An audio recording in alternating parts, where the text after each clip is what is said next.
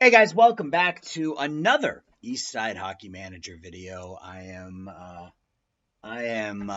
all in on this game right now. I have been horribly addicted to it here over the last week or so. This is my third video that I've recorded in the last 3 days. Two of them haven't even been released yet, so you should see some new videos coming today, which is Friday, probably Sunday, depending on how I'm able to do my editing. And then this one will come out sometime at the beginning of next week. And who knows, by that point, I may have already recorded two more. I don't have any idea. At any rate, we are through the preseason. We are in that gap between the preseason and the regular season. And we look very different compared to last season and significantly better, I think. So if we start with, let's see, where can we look at? I know there's a page that shows you the players you brought in and the players you sent out. So let's just start with the trade center. Let's just go back a few months. Okay, so we are in May. Here's June. This is the trade, the draft. So we moved up to take Fantilli.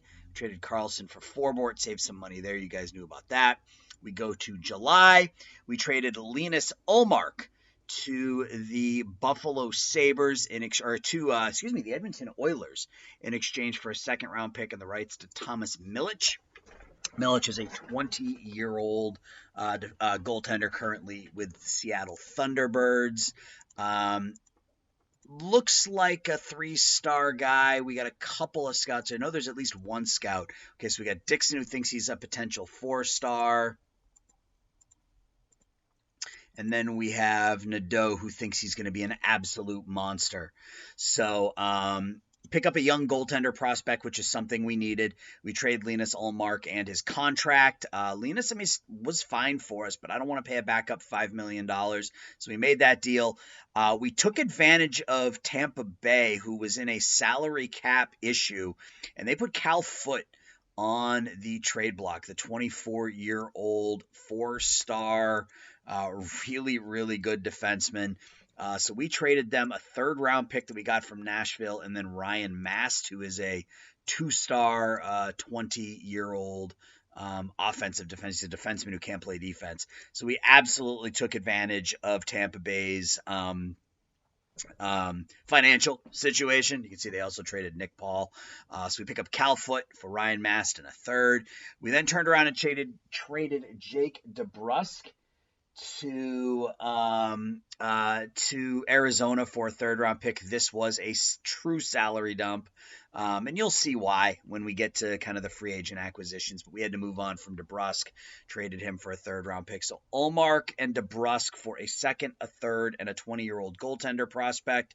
Move on to August. We traded Brandon Carlo to the Los Angeles Kings in exchange for Lias Anderson and Otto Salin. Salin's a 19-year-old. We should get the scouting report on him. Looks okay. His offense looks all right. He's already got some good passing, some off the puck. He looks like he's going to be an offensive-minded defenseman, really quick. Only 19 years old. And then Lias Anderson, just sort of some depth on the offensive side of things. Wasn't crazy about giving up Carlo, but I think given his contract, $4 million a year for the next 5 years, I think we're okay moving it. And then we traded Pavel Zacha. And this was another deal that we made to clear some salary. Zacha was making 3.5. We actually had to include a 5th-round pick in exchange for Nathan Bastian. Bastian was somebody who had been offered to us on multiple occasions. Very rugged, defensive-minded forward, which is fine. We need more of those in our lineup. So Zacha, Carlo, Ullmark, and DeBrusk all go out. That's $5 million, $4 million, so that's $9 million. That's another 4, so that's 13, $16.5 million that we sent out and brought back just a couple million. And then now you can see kind of what we did with some of that. So Vancouver came calling. They had Jason Dickinson. They were looking to move him due to financial issues. So we traded Trevor Kuntar, a 22-year-old who just finished his career at BC. traded him to Vancouver, and we get Jason Dickinson back. Jason, a well-rounded player, not going to score a ton of goals, but very good defensively. His contract is up at the end of this season, so we may have to re-sign, may have to try to re-sign him at the end of the season. Right now, our front office isn't crazy about the money, about where our finances were, so they aren't giving us a lot of money. So this may have to come with time. So those are the deals we made. So we send out Trevor Kuntar, we send out Pavel Zacha, Brandon Carlo, Linus Ullmark, Ryan Mast, and Jake DeBrusk. And in return, we get Thomas Milic, a second-round pick, a third-round pick, Lias Anderson, Otto Salin, Nathan Bastian, and Jason Dickinson. So it sounds like we gave up a lot, and we did. But let's see if I can show you who we brought in. Let's see. Where is that going to be located? Here?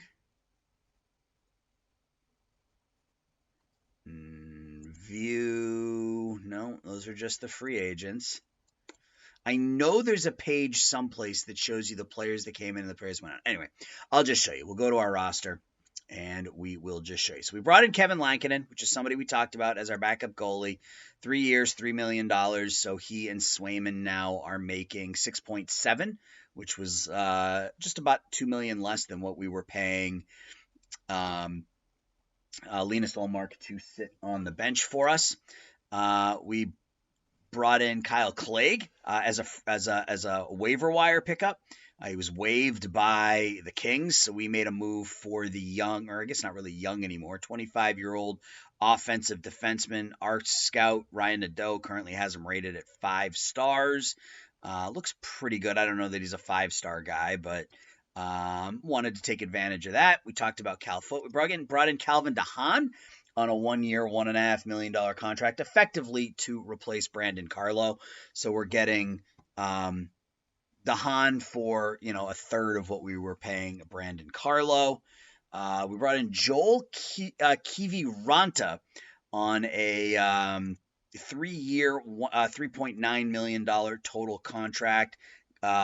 Pretty decent offensive player, has a good shot, pretty physical.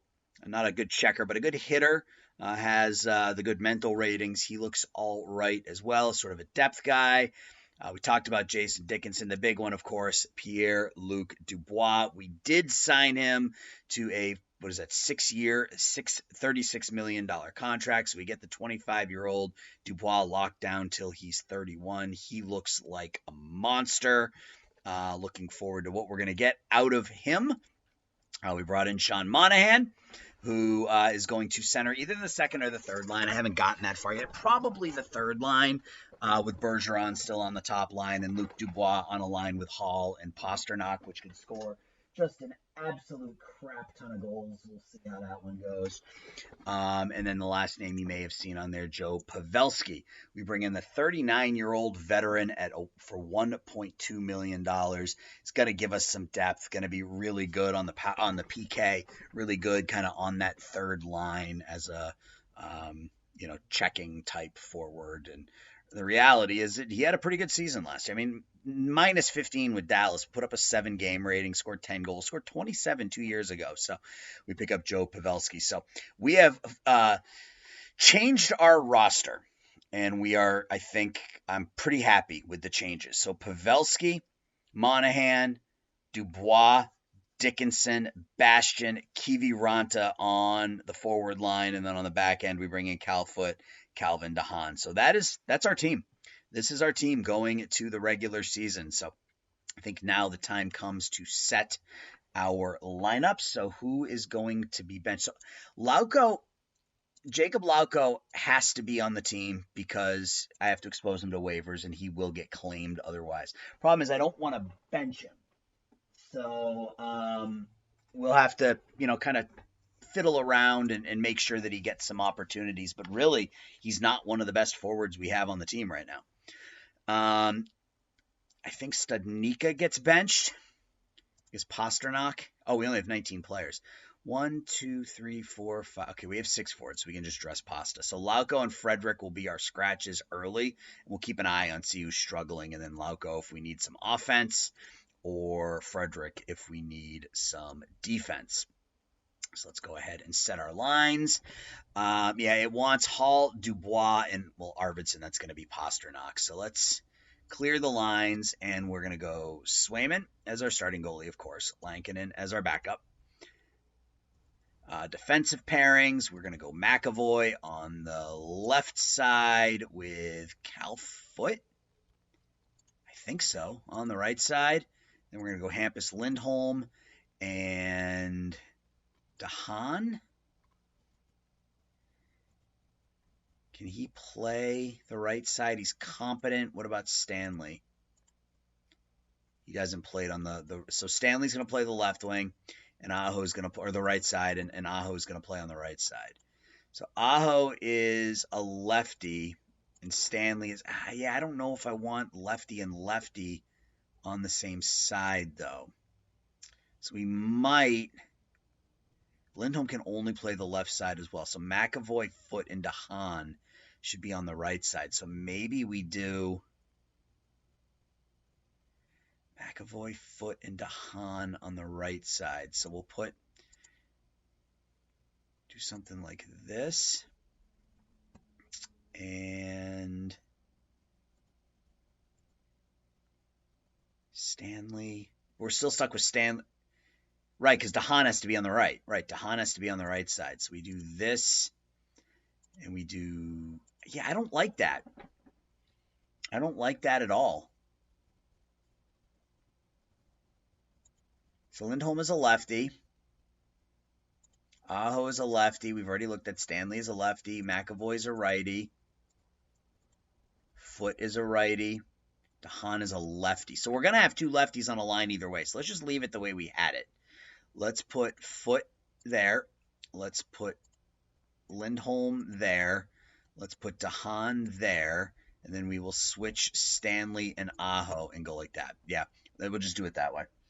The forward line. So I think for the first time, our top line gets changed. No longer is it Patrice Bergeron. It's going to be Hall, Dubois, Pasternak. Second line is going to be Marchand, Bergeron, and Arvidsson. Man, those two top lines are just epically good.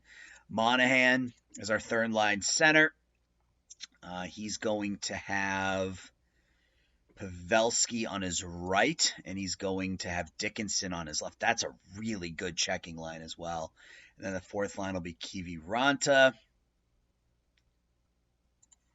Bastian, and Studnicka for now. That could end up being Lauko, but that's three really good lines, guys. On the power play, we'll have McAvoy. Let's just set it this way. Hall. Dubois. Pasta. McAvoy on the 5-on-3. McAvoy on the 5-on-3. I want to go 4 forwards on that top power play, so let's go with, I think we go Pavelski there, yeah. Hall, Dubois, Pasternak, and yeah, I like that. And then our second PK line will have Marchand, Bergie, and Arvidsson. And then we go, do we go Lindholm? I think we go Lindholm. And we'll go 4 forwards on that line as well. Pavelski, Monahan. Yeah, I think we go Monahan. Like that. And then the PK, we will go McAvoy, Lindholm. We're not going to take any chances with that top PK line. And then DeHaan and Stanley as our second pairing. Our top, so we'll go Bergeron and Marchand as our top PK unit.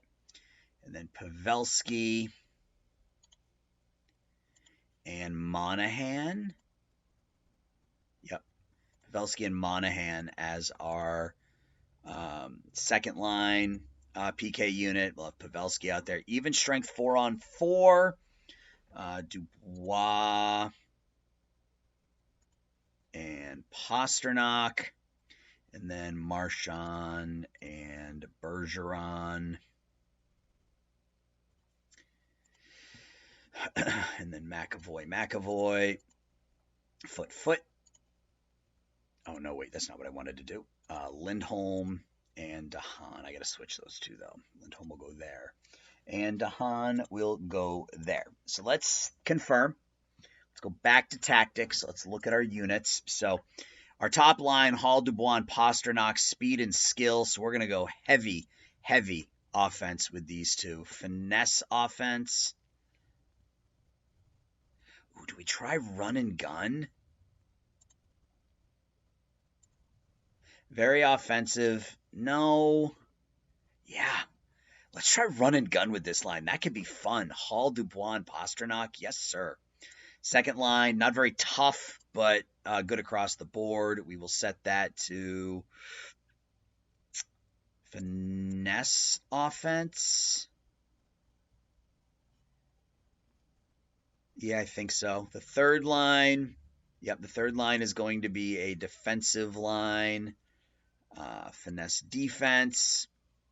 And then our fourth line, we will set to just default, I think. Yeah, we're not a super. I mean, we're tough enough. Let's try default defensive. Let's try that. I don't know if that matches that, but I'm pretty okay with that. Oof, that power play, man, is just crazy good. All right, I don't know. You know what? It seems run and gun isn't a style that I would like. So let's just go finesse offense. Let's try that.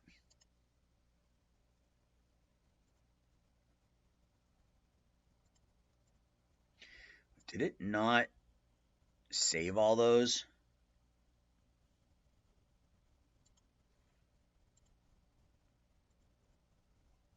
It's set on right now. Finesse offense. Let's go default offensive. Yeah. Second line. I think we have set that way as well. Third line. Defensive. Yep. Okay. All right. So we're set. I also want to take a look here. Let's look at, is it here? Report. So this is a pretty neat screen. This is one I didn't show you guys previously, but it gives you our team overview, kind of our best players at every position. It gives you our top prospects. You can see right now, Swayman, Lankin. Oh, we signed Dan Vladar as well, so I could have a backup goalie. So we brought Vladar back to the Bruins. He's in Providence right now in case someone gets hurt. We got Kyle Kaiser, and then Milic, who we picked up as in that trade. Defensively, McAvoy, Lindholm, Foot, DeHaan are our top four. Gabriel Carlson, we sent down to Providence. He'll probably be up sooner, as soon as someone gets hurt, though. Aho, Stanley, Clegg are our other top defensemen. Then we have Ashan, Callahan, Lowride down in Providence as well. He'll spend the year down there. Left wing, Marchand, Hall, Kiviranta, Frederick, and Lauko.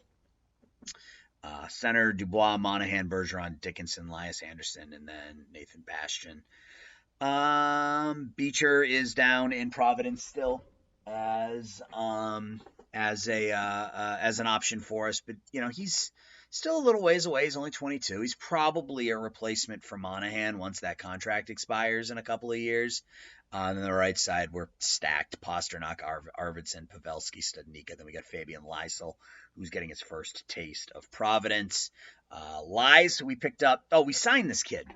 I don't know that he's ever going to be anything good, but our scouts like him as a 3-star potential forward, third line power winger. So brought him in to see how he does. Giuliani is one of our draft picks from this season. Our scouts still love him. They all think he's a 4-star guy.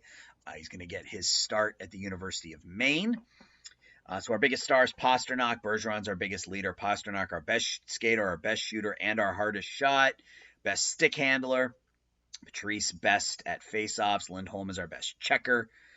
Best enforcer, Stanley. Physical, Trent Frederick, and Cal Foote is our most underrated. Our top prospects, Adam Fantilli has already gotten better. He's going to be an absolute monster when it's all said and done. First line, superstar center written all over him.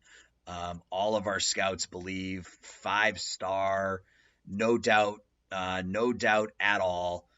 Goal scoring, first line potential, physical goal scoring center, which I love. You can see already the checking's at a 14. The stick handling's a little bit behind, but the slap shot's there, the wrist shot's there. He's going to be a beast. Milic, we talked about. Lauko is with the team. He'll get plenty of playing time.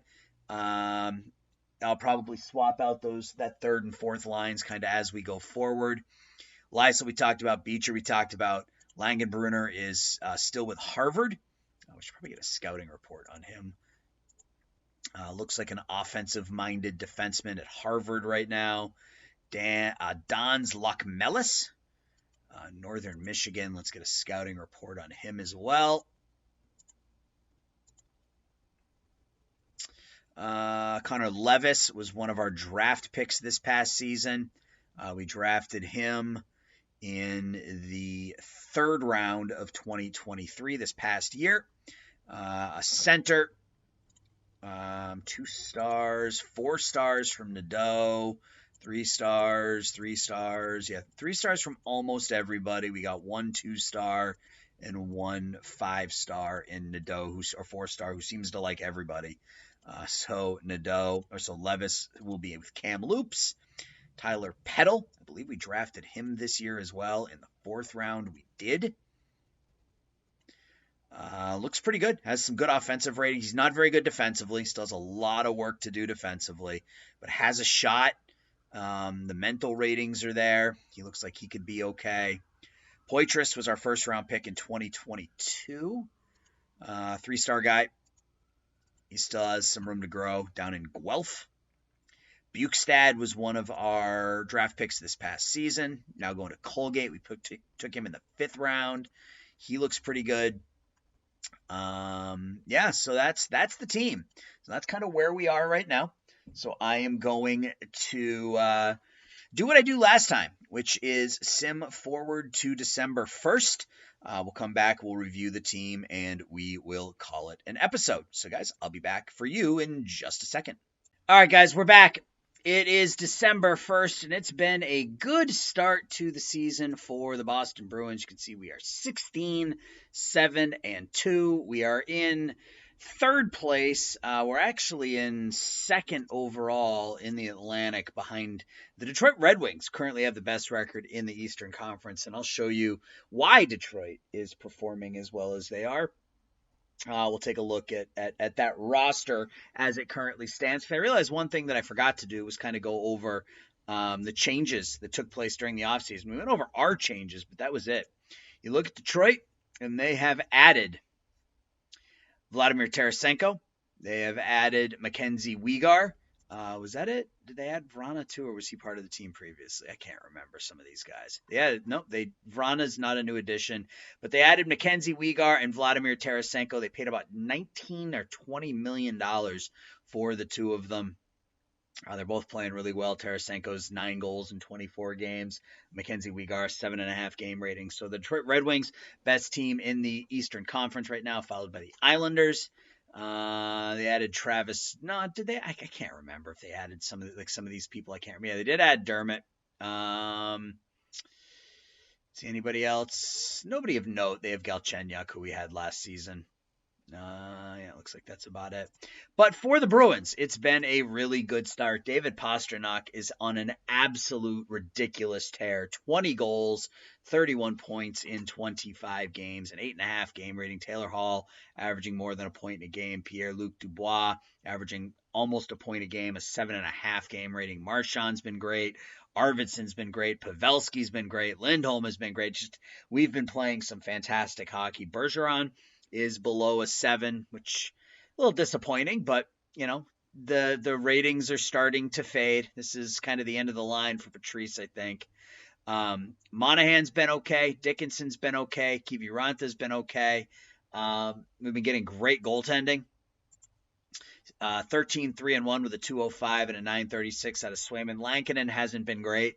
3-4-1 with a 3 and a 9. So he hasn't been good, but Swayman's been fantastic. So that shows why we are in third place. The Canadiens, did they add anybody? Nobody of note. Matt Dumba, I can't remember. Dumba played for them previously, didn't he? No, he didn't. Okay. So Dumba comes over from Minnesota. Carolina.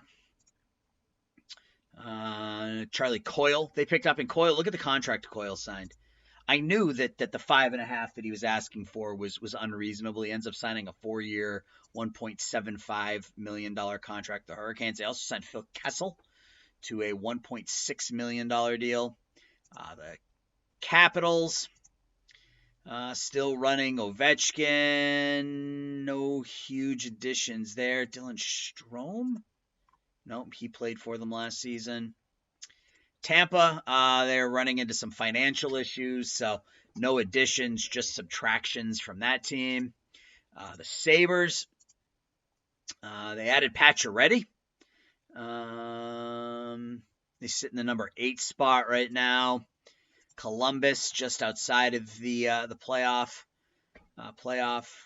world, I guess. No additions there. I'm just trying to go through and think about all the players that were. And you can pause this if you want to take a look at anybody's stats, but you can see the Devils, Gustav Nyquist there, the Rangers, who were the best team in the Eastern Conference last year, struggling this year. They didn't really lose anybody, but they are struggling this season.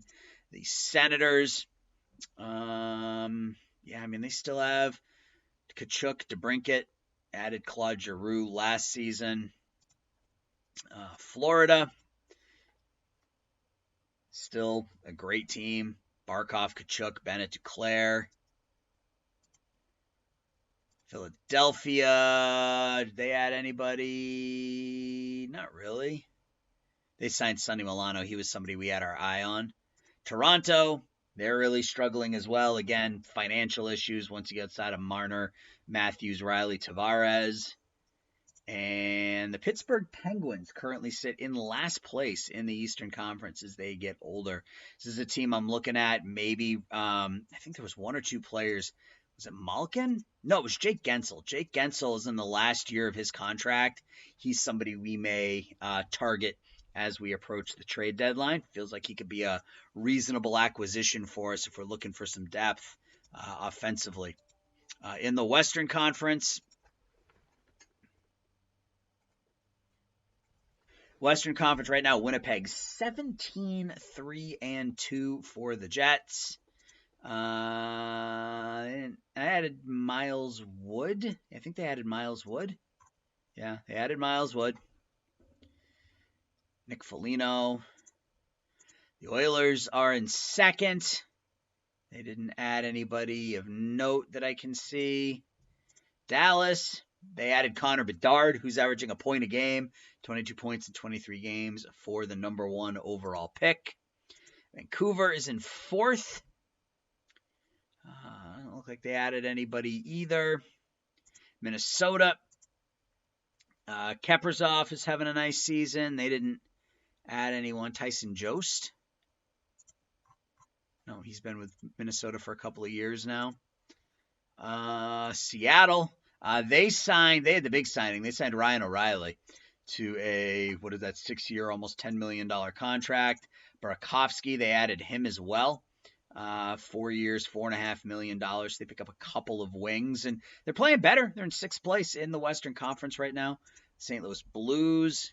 Was Saad? No, Saad's been there for a couple of years now. And then Vegas sits in 8th place. They didn't add anybody either. First team on the outside looking in is the Avalanche.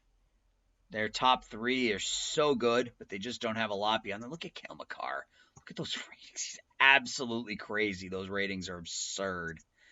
Anaheim. It looked like they added anybody. Jake Muzzin, I think they added. Yeah, Jake Muzzin. They also added Craig Smith. He signed a cheap contract as well, 1.4 million. So it looks like we made the right call on most of these guys, as they all signed for less than what they were looking for. Matty Grizzlick, Brandon Carlo doing okay out in Los Angeles, both putting up ratings of 7. Calgary, Nazem Kadri they brought in. Nashville, Niederreiter?